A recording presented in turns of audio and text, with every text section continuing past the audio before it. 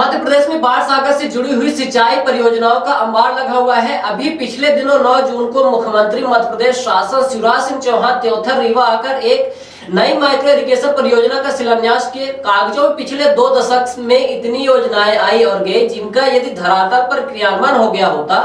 तो सही मायने में किसान खुशहाल हो गया होता। लेकिन दुर्भाग्य है इस देश का कि यहाँ योजनाएं तो कागजों पर संचालित हो जाती है, लेकिन वास्तविक धरातल पर उनका लाभ आम जनता को कभी नहीं मिल पाता। रीवा जिले की 239 करोड़ रुपए की त्योथर बहाव परियोजना के भी यही हाल है, जहां HIS मेंटेन कंपनी को कॉन्ट्रैक्ट दिया गया था, लेकिन कई वर्षों बाद भी जब योजना पूरी नहीं हो पाई तो मेंटेनर को आदेश क्रमांक 8339 दिनांक 31 अक्टूबर 2022 को ब्लैक लिस्ट किए जाने का आदेश जारी किया गया था। अनुबंध के अनुरूप कार्य न होने पर इस आदेश में इसका भी उल्लेख किया गया था, क्योंकि लगभग 1715 करोड़ रुपए की राष्ट्रीय कृषि उत्पादन में प्रोजेक्ट डिले की वजह से कमी आ गई थी, इसलिए यह अपराध राष्ट्रद्रोह की श्रेणी में बताया गया। लेकिन इन सब के बावजूद भी दिनांक 19/12/2022 के एक आदेश में HIS मेंटेनर कंपनी को काली सूची से बाहर कर इंजीनियर इन चीफ जल संसाधन विभाग भोपाल द्वारा कंपनी को बहाल कर दिया गया। लेकिन बड़ा सवाल यह था कि इस बहाली में इस बात को कोई उल्लेख नहीं किया गया कि आखिर राष्ट्रीय अनाज उत्पादन में 1715 करोड़ रुपए की जो कमी बताई गई थी, जो कि HIS मेंटेनर कंपनी के कारण हुई थी, उसका भरपाई कौन करेगा? बिना 1715 करोड़ की भरपाई किए हुए आखिर मेंटेनर कंपनी को कैसे INC के काली सूची से बाहर कर दिया गया? इस बात का जवाब ना तो इंजीनियर इन चीफ जल संसाधन विभाग के पास है और ना ही मध्य प्रदेश सरकार के पास। बहरहाल एक ऐसा ही खेल एक बार पुनः किया जा रहा है कि जब लगभग 855 करोड़ रुपए की फेज 1 और फेज 2 नई गढ़ी माइक्रो इरिगेशन प्रोजेक्ट का काम देख रही जयप्रकाश एसोसिएट्स नोएडा को भी ब्लैक लिस्ट किए जाने का आदेश जारी किया गया है। लेकिन जहां अपने पूर्व के आदेशों को मेंटेनर कंपनी को ब्लैक लिस्ट करने की चीफ इंजीनियर गंगा कछार द्वारा प्रोजेक्ट के काम में देरी होने और 3 वर्ष की समय सीमा के स्थान पर 5 वर्ष 8 माह में भी कार्य पूरा न होने के लिए तथा त्योथर बहाव परियोजना के लिए मेंटेनर कंपनी को 1715 करोड़ की नुकसानी बताकर राजद्रोह की संज्ञान में दिया जा रहा था, तो वहीं 855 करोड़ के नई गढ़ी माइक्रो इरिगेशन प्रोजेक्ट में JP एसोसिएट्स के विषय में ऐसा कोई भी उल्लेख काली सूची में परिवर्तित किए जाने के आदेश में नहीं किया गया। अब इस विषय में जानकार कहते हैं कि क्योंकि 239 करोड़ के त्योथर बहाव परियोजना मामले में मेंटेनर कंपनी को 1715 करोड़ की फसल नुकसानी और राष्ट्रद्रोह के अपराध किया जाना बताया जाता है, इसके बावजूद भी इसे काली सूची से बाहर निकाल दिया गया। तो इसके मुकाबले यदि देखा जाए तो 855 करोड़ की नई गढ़ी माइक्रो इरिगेशन में JP एसोसिएट्स के विषय में इस प्रकार के किसी भी क्षतिपूर्ति का उल्लेखनीय ब्लैक लिस्टिंग के आदेश में नहीं किया गया, जिसका तात्पर्य है कि शायद इस कंपनी को भी जल संसाधन विभाग के भ्रष्ट कमीशन अधिकारियों द्वारा लेन देन करके काली सूची से बाहर निकाल दिया गया।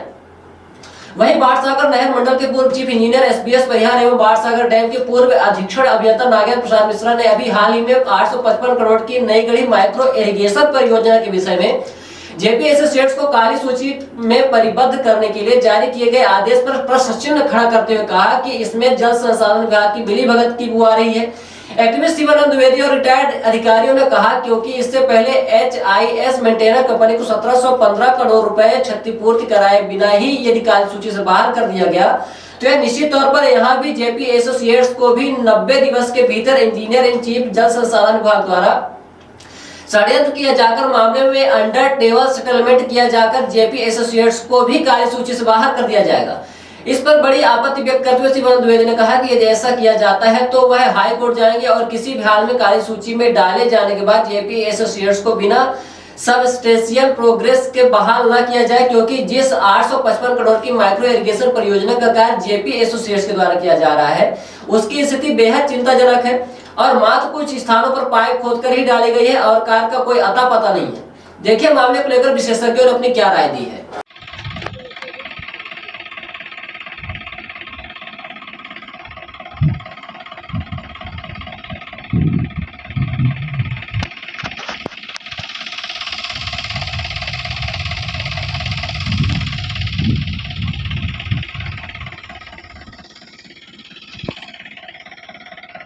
हो दिया ये पाइप एक सिंगल पाइप जो पाइप प्रेशराइज पाइप नहीं उधर से घुस के आया था, ये पाइप से पानी चढ़ जाएगा अंडर प्रेशर से ऊपर चला जाएगा, टंकी में बल बला के भर जाएगा पूरा।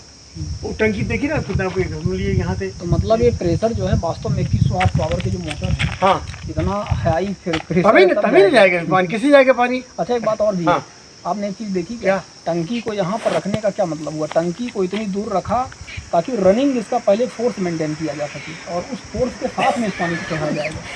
2100 नहीं, एक बात बताइए, जैसे 2100 हार्स पावर का मोटर है जो वहाँ पे होता है उसी जगह पे, और ये टंकी वहीं पे बनती है, तो सडन वहाँ से ही स्टार्ट करके इसमें पानी चढ़ाना मुश्किल होता है हमें लगता है, और ये रनिंग देने पर नहीं। कमांड एक्चुअली क्या है वहीं पे। नई गढ़ी माइक्रो इरिगेशन में हमने ये देखा कि अभी जो उसको ब्लैक लिस्ट किया गया है कंपनी को,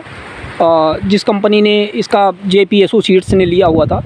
उसमें किसानों को अब तक कितना नुकसान हुआ उसकी क्षतिपूर्ति उसमें नहीं बताई गई, जबकि इसके पहले वाले में बताई गई थी। इसका क्या कारण है? ये कारण तो विभाग बताएगा, लेकिन ऐसा लगता है कि उसकी जो चीफ इंजीनियर का जो आदेश है जिसमें उन्होंने क्वांटिफाई किया है क्षति 1500 या 1700 करोड़, उसका जो है जो उसको रिवोक किया है आर्डर, उसमें अनदेखी की गई है, सीरियस अनदेखी की गई, क्योंकि जो सिंचित असिंचित का अंतर है वो तो कम से कम देखें, और विलम्ब करने में जो सिंचित असिंचित का अंतर है उसकी जिम्मेदारी कहीं न कहीं तय होनी चाहिए, क्योंकि ये टंड की टेंडर है। तो इसलिए जो है जो इसको रिवोक किया वो ऐसा लगता है एक तरफा निर्णय, किसानों के पक्ष में नहीं। और दूसरे वाले में जो जेपी एसोसिएट्स को इसमें ये नहीं बताया कि किसानों को अब तक का कितना नुकसान हुआ उसकी डिले की वजह से, तो इसमें आपको ये लगता नहीं कि कहीं ना कहीं कंपनी को फेवर देने का प्रयास किया गया है और उसको वापस ताकि लाया जा सके? फेवर डिसफेवर की बात तो नहीं कर सकता हूँ, लेकिन ये ज़रूर है कि जब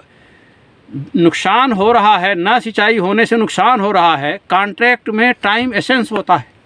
जब एसेंस की पूर्ति नहीं हुई तो नुकसान तो हमारा हो ही गया,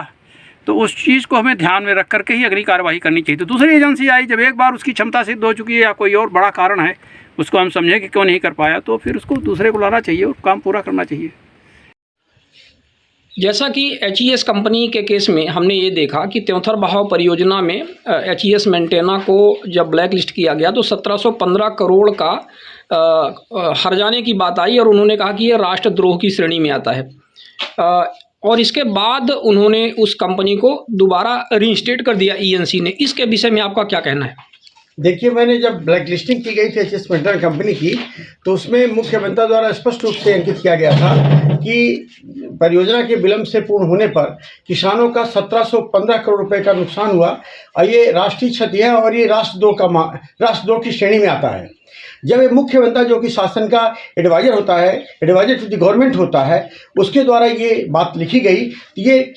नई गढ़ी माइक्रो स्कीम के बारे में जब ब्लैक लिस्टिंग किया तो क्यों अंकित नहीं किया गया, लाश का आकलन करके क्यों इस प्रकार से ऐसा नहीं किया गया? इसके माने कि इसको भौतिक कैनाल में जो नुकसान हुआ उससे कम आकलन करके इसको इसका उल्लेख ही नहीं किया गया ताकि इनको बाद में रीइंस्टेट करने में कोई असुविधा न हो। यद्यपि HES मेंटेना कंपनी को जब रीइंस्टेट किया गया तो उसमें प्रमुख अभियंता के द्वारा इस तथ्य का कोई संज्ञान नहीं लिया गया कि 1715 करोड़ रुपए का जो उल्लेख किया गया नुकसान का, उसकी भरपाई कौन करेगा? एजेंसी करेगी, डिपार्टमेंट करेगा? आखिर किसानों का नुकसान हुआ, इसके लिए कौन जिम्मेदार होगा? इस बिंदु पर वो मौन रहा उस आर्डर में, और उस आर्डर जैसा मौन रहना पड़ा तो इस चीज़ को ही इसमें नज़रअंदाज किया गया जानबूझ करके, ताकि हमको इसमें जो जेपी एसोसिएट्स का हमारा जो टेंडर नई गढ़ी माइक्रो का, उसको रीइंस्टेट करने में 3 महीने के अंदर हमको आसानी हो, सुविधा हो। मेरा विश्वास है कि ये ब्लैक लिस्टिंग का काम जो है केवल जनता को और किसानों को गुमराह करने के लिए है, ना कि किसानों से हुए नुकसान की भरपाई का है।